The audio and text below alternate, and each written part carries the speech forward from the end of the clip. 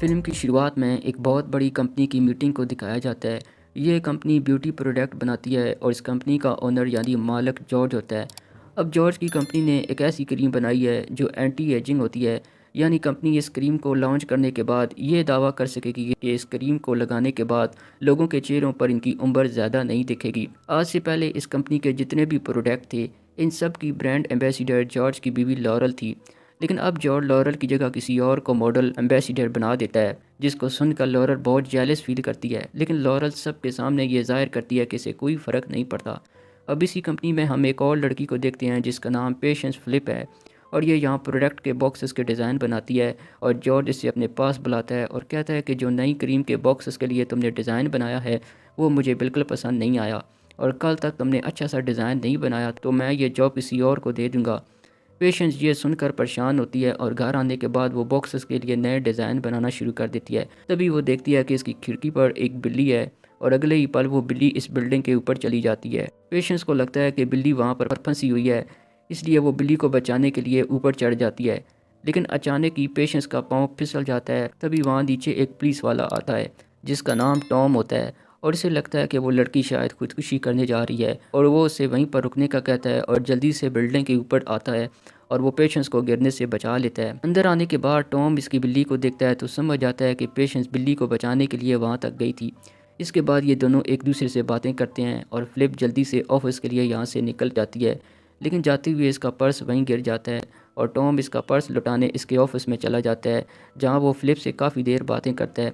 दरअसल कहीं ना कहीं टॉम फ्लिप से प्यार करने लगा था, और फिर ये दोनों एक साथ डिनर का प्लान बनाते हैं और टॉम वहाँ से चला जाता है।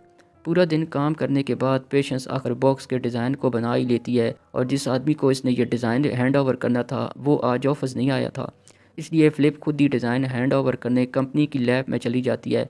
वहाँ पर एक साइंटिस्ट होता है जो इस करीम पर काम कर रहा था और इस करीम के कुछ सीक्रेट बताता है। वहीं पर ब्यूटी एक्सपर्ट लॉरल भी थी। वो साइंटिस्ट लॉरल को बताता है कि ये क्रीम अभी तक मुकम्मल तैयार नहीं हुई, इसमें अभी बहुत सारी खामियां हैं, इसलिए हम अभी इसे लॉन्च नहीं कर सकते, क्योंकि इस क्रीम को इस्तेमाल करने के बाद चेहरा ख़राब हो जाता है।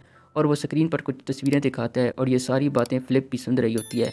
पर तभी वो किसी चीज़ से टकरा जाती है, और ये आवाज़ सुनकर अंदर वो समझ जाते हैं कि किसी ने हमारी बातें सुन ली हैं।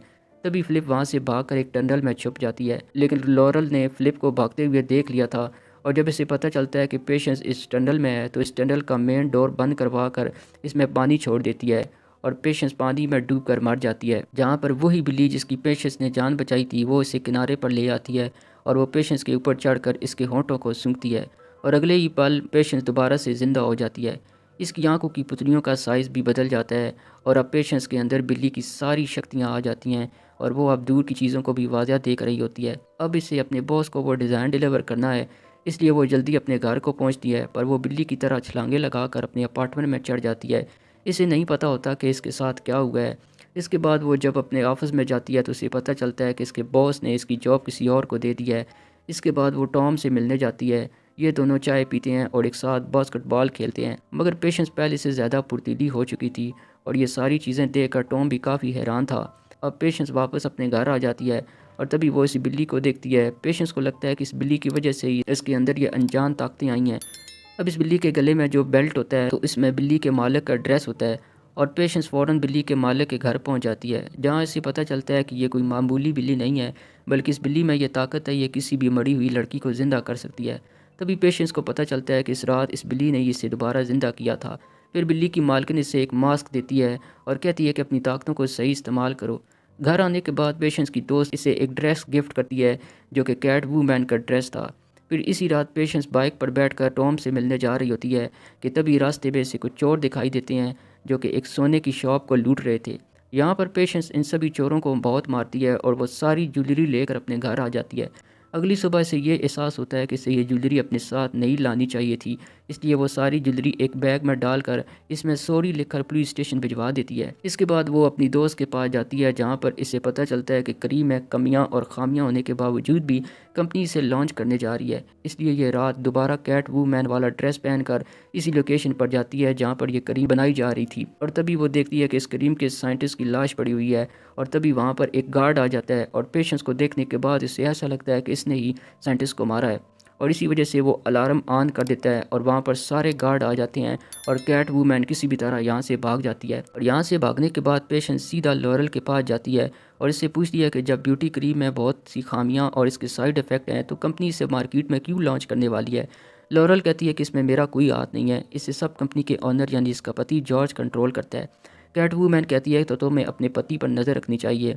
लॉरल इसकी बात मान जाती है और साथ में इसे एक मोबाइल फ़ोन भी देती है और कहती है कि हम दोनों इससे कांटेक्ट रहेंगी। दूसरी तरफ टॉम की नज़र इसी कॉफ़ी गिलास पर पड़ती है जो पेशेंस ने इसे दिया था। इस पर सॉरी लिखा हुआ था। इसकी राइटिंग इस बैग पर लिखी राइटिंग सेम होती है, इसलिए अब इसे पेशेंस पर शक होना शुरू हो जाता है। इसे लगता है कि पेशेंस एक चोर है और रात को जब इसके घर जाता है तो वो चुपके से हर जगह से इसके फिंगरप्रिंट ले लेता है। वहीं अगले दिन पेशेंस कैट वूमैन के नकाब में जॉर्ज से मिलने जाती है जो एक दूसरी औरत के साथ ओपरा देखने आया हुआ था।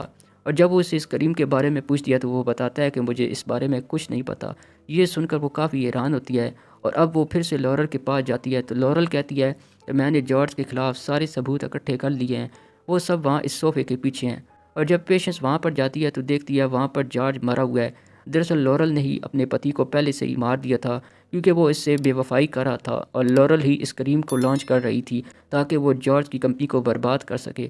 और इस साइंटिस्ट को भी इसने ही मरवाया था क्योंकि वो इस करीम के लॉन्च करने के खिलाफ था। और अब इस कत्ल का इल्ज़ाम कैट वूमैन पर लगाने के लिए लॉरल सिक्योरिटी अलार्म बजा देती है जिससे वहाँ पुलिस आ जाती है और पेशेंस को यहाँ से भागना पड़ता है। पेशेंस जब घर आती है तो इसके सामने टॉम खड़ा होता है और वो तमाम सबूतों की बुनियाद पर पेशेंस को गिरफ्तार कर लेता है, जहाँ पर पेशेंस इससे बताती है कि वही कैट वूमैन है और वो सारी सच्चाई बताती है। लेकिन टॉम अपने फ़र्ज़ से मजबूर इसे जेल में बंद कर देता है। रात को जेल में पेशेंस के पास वही बिल्ली सलाखों से गुजर कर आती है तो पेशेंस इस बिल्ली की कॉपी करते हुए सलाखों से निकल जाती है। वहीं दूसरी तरफ टॉम लॉरल से मिलने जाता है। दरअसल इसे पेशेंस ने करीम के बारे में सब कुछ बता दिया था, इसलिए वो भी अब नहीं चाहता था कि इस करीम को लॉन्च किया जाए और लॉरल किसी भी तरह इस करीम को लॉन्च करना चाहती है। इसलिए वो टॉम के सामने अपने पापों का इतराफ़ करती है और वो टॉम पर भी हमला कर देती है और इसे मारने वाली होती है। पर तभी वहाँ कैट वूमैन आकर टॉम को बचा लेती है और दोनों में यहाँ फ़ाइट देखने को मिलती है और लॉरल बिल्डिंग से गिरकर मर जाती है। अब टॉम को पेशेंस के बारे में सच्चाई पता लग चुकी थी, इसलिए पेशेंस पर लगे सारे इल्ज़ाम ख़त्म कर देता है। पर पेशेंस अब टॉम से सारे रिश्ते ख़त्म कर लेती है और वो ये तय करती है कि वो एक सुपर गर्ल कैट वूमैन की ज़िंदगी जिएगी और इसी के साथ ये फ़िल्म यहीं पर ख़त्म हो जाती है।